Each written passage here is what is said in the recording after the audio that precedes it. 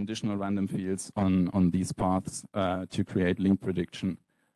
So we use it on the testing data and then validate it on the validation sets. And afterwards, we looked at the results, of course. And today we only start with one node path, so paths only containing one node. And in the future, we'll also be looking at paths with multiple nodes, but not today. Okay. Yeah, first to the configuration.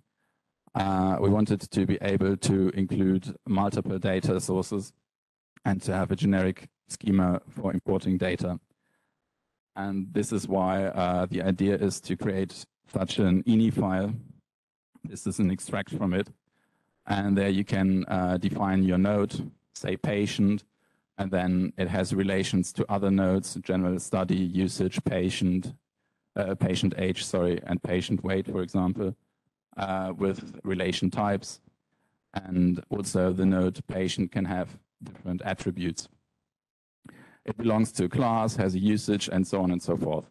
So the idea is to configure your graph via said ini file and then import the data.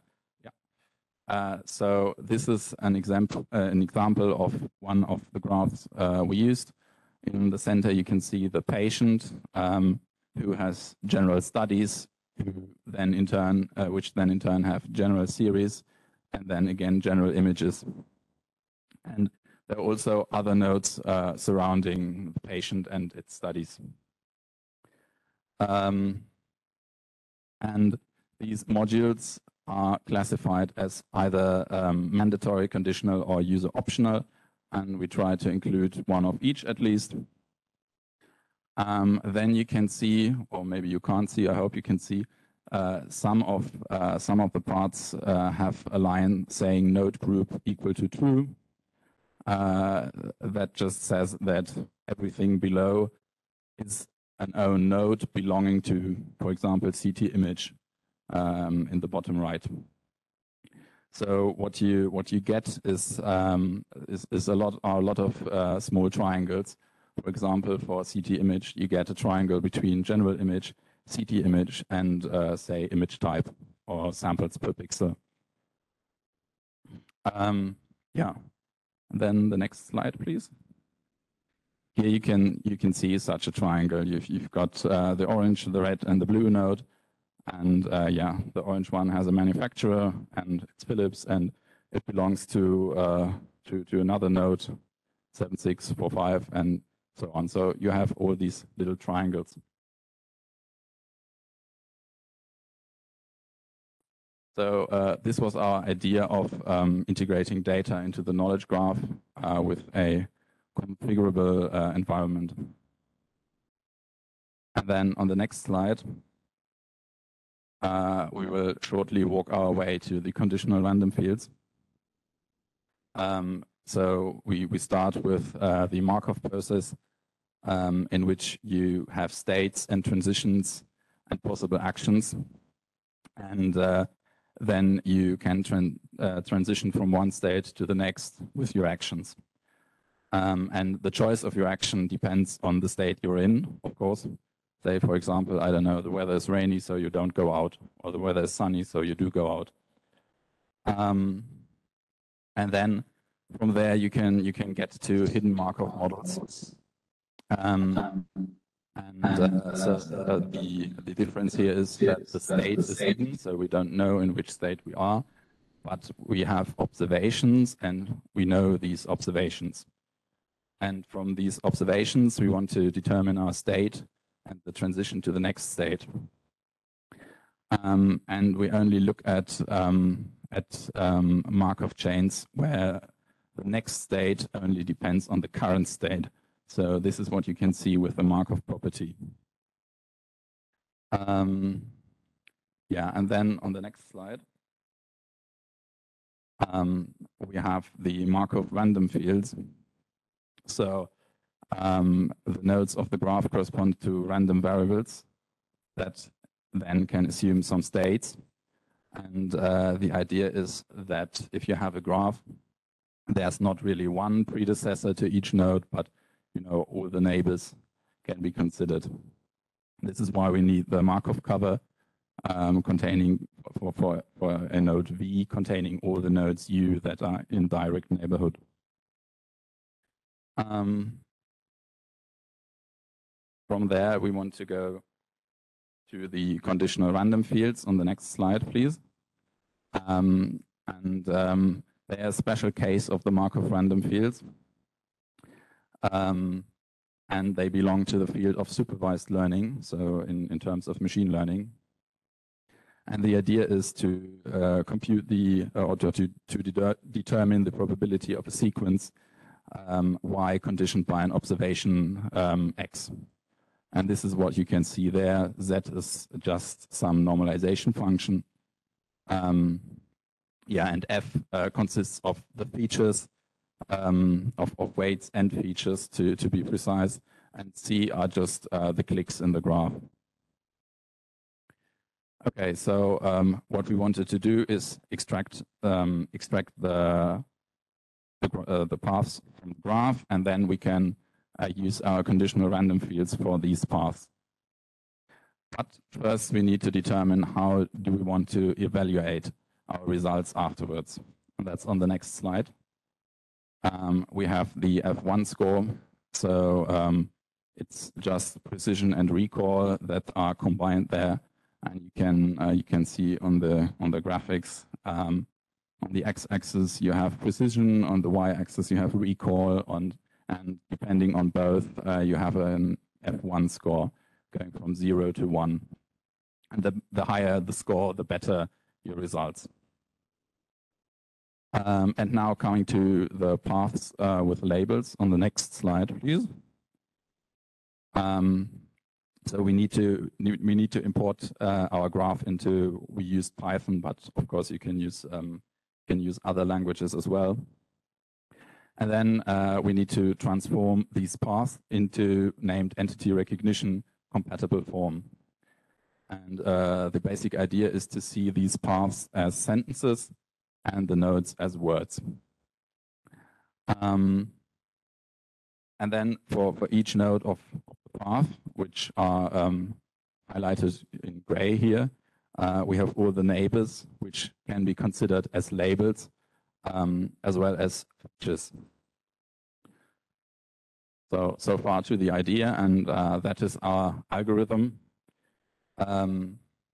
We started with the node patient, and as I said, first we only looked at one node paths, so only the node patient was considered.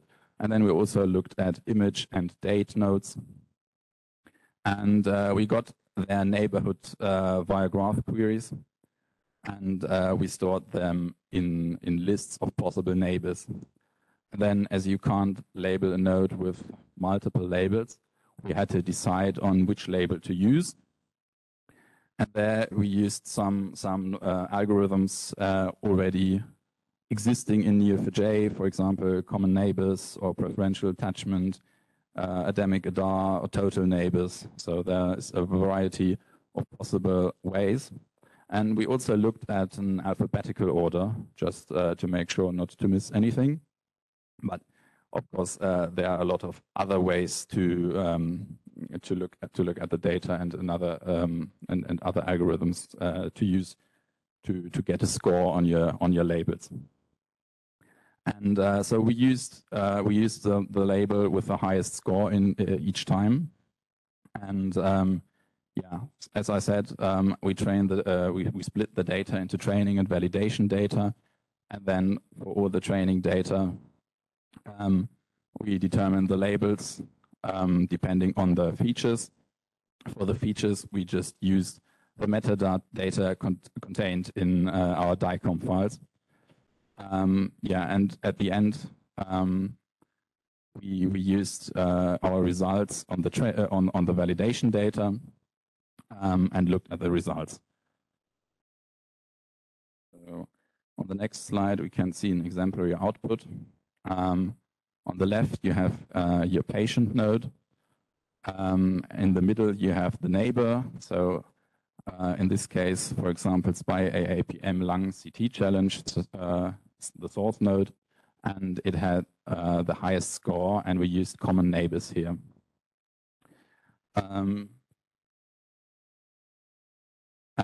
We looked at different queries with different algorithms for the scores. And first, when looking at the runtime, we had the result that the feature allocation, so defining what the features for each node are, takes quite some time. So it scales to a really large number, especially compared to the training time. Maybe next year we will see a difference when we're looking at multiple node paths. There, the training time will probably increase. And on the next slide, we look at the evaluation of our prediction results. And yeah, you can see in the bottom right, there's one of our queries with a very, very bad result. That was total neighbors on patient. But Q1, that was the one I showed before, was common neighbors for the node patient. So there the result was really, really good. And also for Q3 and Q4, which were general image and date node, we had really good results. For general image and date, we used alphabetical order for our scores. Yeah, as I said, only one node path so far. And yeah, so we can conclude on the next slide that we have found a generic approach for importing data into a knowledge graph. And yeah, it's a novel approach for link prediction with promising results. And next challenge would be, as I already said, multi-node paths and looking at the challenges arising from that, for example, in the runtime and also in the complexity of the task. And yeah, I think that's it. So thank you very much for your attention. I'm also using Neo4j a bit for some use cases, and I know that, for example, this graph database has their own algorithm for link prediction, and of course there are some other solutions. So I'm just curious if you compared your solutions to some like these existing solutions. Yeah, so there are some approaches only using topological structure of the graph, and there's also been some research on that. That looked quite promising. They had really good results, but they only used graph structure, and we wanted to implement the features from the DICOM data and then see if we can get good results as well. And for the most part, we could. Okay, thank you. Actually, I have a few questions. First, actually, you mentioned actually your graph is a single direction, right? Because you have only one direction to is not bi-direction and is single direction. And actually, you mentioned in one, I'm curious about how about you, because you are using image data set. Usually the image data set, we don't have much. So what's your training data set? How many scores you have? I mean, training data set size, yeah. So we divided it 20% and 80%. So the training data was 80% and the validation data was 20%. Okay, you use A2, okay. Yeah. So how many records your training data sets? Is 10,000 or? I don't really know anymore. I would have to look it up. Okay, it's okay. Yeah, because I know because I review a lot of papers regarding the image database. Actually, due to the privacy issue, they don't have really huge data set. So sometimes, you know, the problems with the data mining, the golden matrix, I show you, sometimes it's not really so precise because your data size is not big enough. So my next question is, I saw you have one graph, right? You have the Q1, Q2, Q4, Q5. I saw the score, the first one is very high, it's 251, but the others only 2.2. I saw the big difference. So what caused the score difference? So, you know, so big difference, yeah. I think it depends on the data that we had given. So I think the graph was not that dense, So, for example, the one you mentioned, the Q1, we had the patient node, and the SPY, AA, and so on was the source node. So each patient belongs to the source node, which makes it quite a good neighbor, considering labels. But I think if you have a larger set of data, the source node might vanish in favor of another node. But I think that depended on the structure of the data and just that each patient had the same source. And maybe you give different results if you eliminate some nodes from possible labels or neighbors. Okay, so my understanding is based on the topology of this network. Yeah, if the topology of this network is good, so your score is high. But if very sparse, the data is very sparse, maybe your result will be okay. It's okay. My last one is actually I saw you also using the name entity, right? Yeah. Yeah, you use entity, but actually I saw your graph. It's more like an ontology, yeah, because we also use a lot of ontology on prediction this one. Maybe you can also look at it because, yeah, that's also is a good method. Yeah, okay. Okay, that's all. Thank you. Okay, thank you. So I have a fast follow-up, generally speaking, because medical area is one of those in which formal knowledge represented in form of ontologies is one of the most advanced. So you have existing knowledge graphs in the form of existing and quite popular ontologies. So my question is why you create your own knowledge graphs instead of using something that community seems to be agreeing on? Okay, so first of all, the goal is to integrate ontologies as well. But I think the difference is in the source of data, because this is a study on, I think, Alzheimer patients, and the ontologies so far they are for the topic of Alzheimer, for example, Alzheimer's disease. But they don't include patient data, and we wanted to work with patient data, and then maybe afterwards include ontologies as well. But as it was quite a new way of looking at data, so we wanted to do it step by step.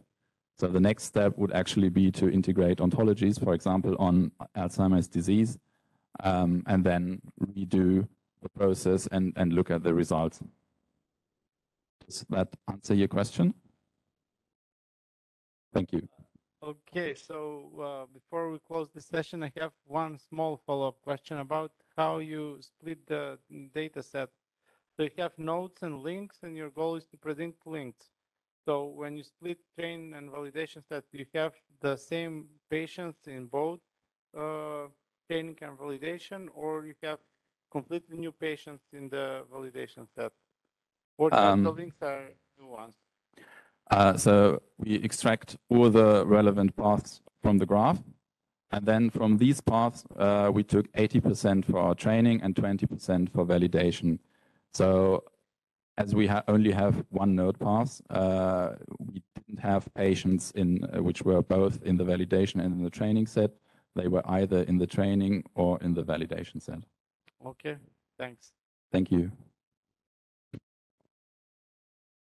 Just a short regarding one sentence on your conclusions. You mentioned that the setup of the graph is done by the user. It's for the user to do it. So my question is how steep is the learning curve for such user to actually be able to come up with a design for this kind of graph? Okay, so it's a hard question to answer because I think it depends on how good you are or how knowledgeable you are in the matter. But we did try it with another data set and another configuration just to to prove that the concept itself works, and that itself didn't take too long. So you just change the ini file. Of course, you have to look at your data first, because you can't extract attributes that are not non-existent, or at least you can, and then you get an error and you have an empty set there or something like this. So it's probably a good idea to have a look at the data first and see what you have and what you don't have. But then it should be a quick change for other data.